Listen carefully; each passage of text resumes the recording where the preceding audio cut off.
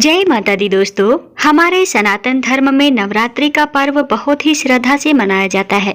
हिंदू वर्ष में चैत्र, आषाढ़, आश्विन और माघ इन मासों में 4 बार नवरात्रि का पर्व मनाया जाता है, जिनमें से 2 नवरात्रि को प्रकट और बाकी 2 नवरात्रि को गुप्त नवरात्रि कहा जाता है।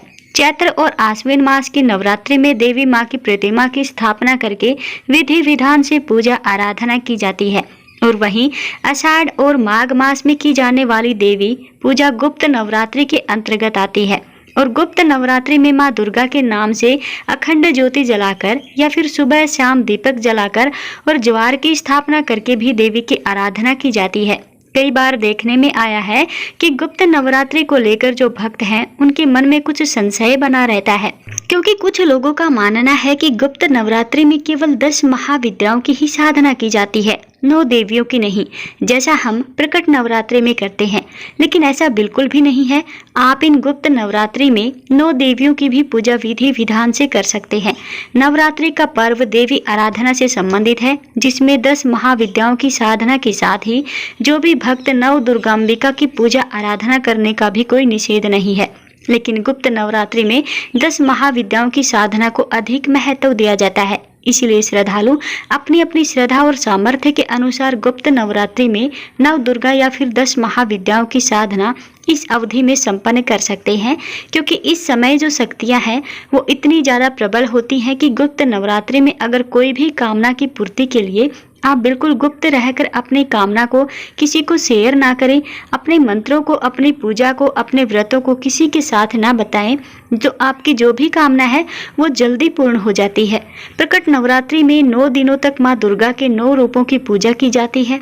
वहीं गुप्त नवरात्रि में 10 महाविद्याओं की पूजा की जाती है और यह 10 महाविद्याओं में सबसे प्रथम महाविद्या है माँ महाकाली, दूसरी महाविद्या है माँ तारा, तीसरी माँ छिन्नमस्ता, चौथी माँ षोडशी, 5वीं माँ भुवनेश्वरी, 6ठी माँ त्रिपुरा, भैरवी, 7वीं माँ धूमावती, 8वीं माँ बगलामुखी, 9वीं माँ मातंगी और 10वीं महाविद्या है माँ कमला देवी। आपको इन नवरात्रि में हो भी बिल्कुल उसी ठीक प्रकार से नियमों का पालन करना चाहिए जिस तरह से आप बाकी प्रकट नवरात्रि में करते हैं, यानी ग्रस्त जनों को ब्रह्मचर्य का पालन करना चाहिए। नवरात्रि के दिनों में लहसुन प्याज का आपको भोजन नहीं करना चाहिए। यदि हो सके तो पूरे उपवास रखें, जैसे आप नवरात्रि के दिनों में रखते हैं।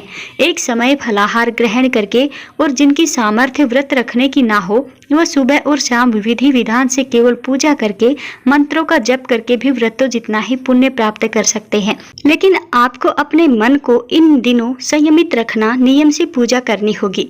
श्री दुर्गा सप्तशती के पाठ या माँ दुर्गा के निवारण मंत्र यानी कि ओम एम अरिं कलिंग चामुंडाय विचय, इस मंत्र का नियंत्रण जब तक आपके व्रत चलते हैं, जब भी आपको समय मिले, चलते फिरते, उठते बैठते, काम करते या पूजा करते, इस मंत्र का आपको लगातार जप करना चाहिए। अगर आप ऐसा करते हैं तो निश्चित ही आपके ऊपर माँ भगवती की कृपा होगी। गुप्त नवरात्रि में जो नवरात्रि के व्रत रखे जाते हैं वह खास तौर पर तांत्रिक साधना के लिए, मंत्र सिद्धि के लिए रखे जाते हैं।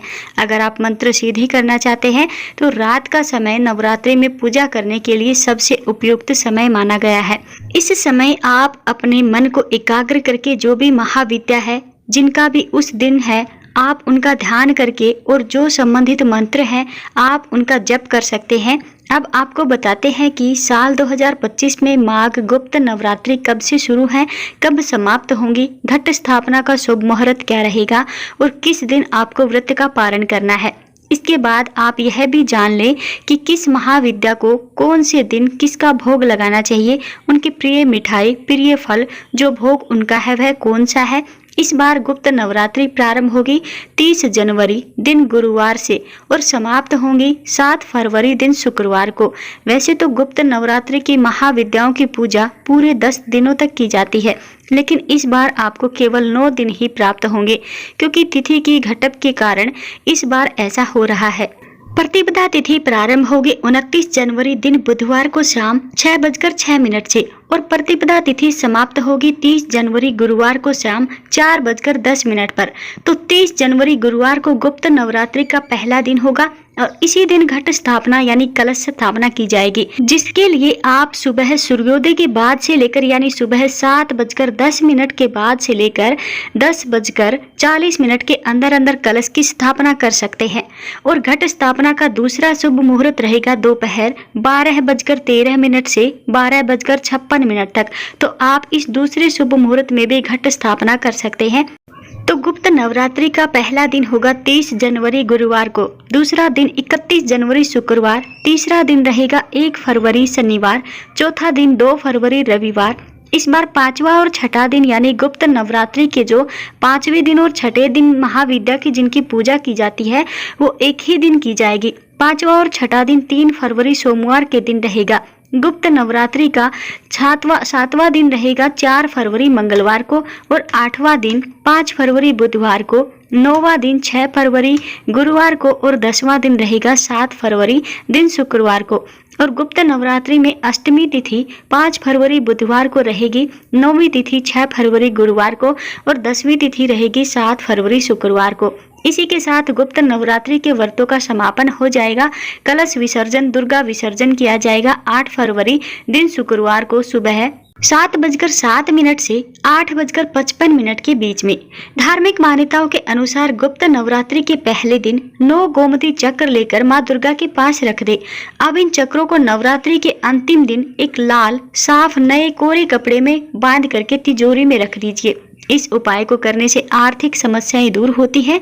गुप्त नवरात्रि के दिन में निश्चित काल शुभ मुहूर्त में के समय में यानी मध्य रात्रि के समय माँ दुर्गा के समक्ष घी का दीपक जलाएं। ऐसा करने से घर में जो नकारात्मक शक्तियां होती हैं उनसे छुटकारा पाया जा सकता है। और इन दिनों में देवी दुर्गा को लाल रंग के पुष्प अर्पित करें। मान्यता है इस उपाय को करने से परिवार में सुख समृद्धि का वास होता है और लंबे समय से चली आ रही पारिवारिक समस्याएं भी दूर होती है।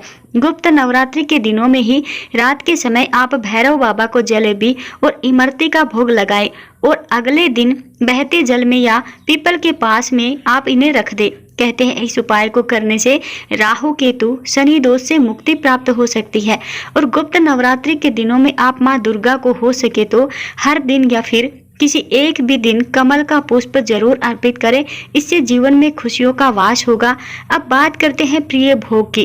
तो पहला दिन जो माँ शैलपुत्री की पूजा होती है, लेकिन तांत्रिक साधना के लिए गुप्त नवरात्रि में भक्त माँ काली की पूजा करते हैं और उन्हें इस दिन घी से बनी मिठाई का भोग लगाना शुभ माना जाता है। दूसरे दिन माँ ब्रह्मचारिणी की पूजा होती है, लेकिन तांत्रिक साधना के लिए महाविद्या माँ तारा की आराधना की जाती है और माता रानी को दूध वाली मिठाई का भोग लगाना शुभ माना जाता है। तीसरे दिन माँ चंद्र घंटा की पूजा अर्चना के अलावा तांत्रिक साधना के लिए महाविद्या त्रिपुरा सुंदरी को आप पंचामृत का भोग लगा सकते हैं। नवरात्रि के चौथे दिन माँ कुष्मांडा की पूजा करने के अलावा तांत्रिक साधना में महाविद्या भुवनेश्वरी की पूजा की जाती है और उन्हें मालपुए का भोग लगाया जाता है। पांचवें दिन माँ सकंद माता की पूजा के अलावा तांत्रिक साधना के लिए मंत्र सिद्धि के लिए महाविद्या छिन्नमस्ता की आराधना करके उन्हें केले का भोग लगाना चाहिए। छठे दिन माँ कात्यायनी की पूजा के साथ साथ आप माँ त्रिपुरा देवी को आप गुड़ से बनी मिठाइयों का भोग लगा सकते हैं। सातवें दिन माँ कालरात्रि की पूजा होती है, लेकिन तांत्रिक साधना में माँ धूमावती देवी की पूजा आराधना होती है और उन्हें मीठा पानी का भोग लगाया जाता है। पानी में आप शक्कर, मिश्री, गुड़ डालकर उन्हें भोग लगा सकते हैं। आठवें दिन माँ महागौरी की पूजा होती है, लेकिन तांत्रिक सिद्धि के लिए माँ बगला देवी की पूजा होती है और उन्हें नारियल के लड्डू का भोग अति प्रिय है।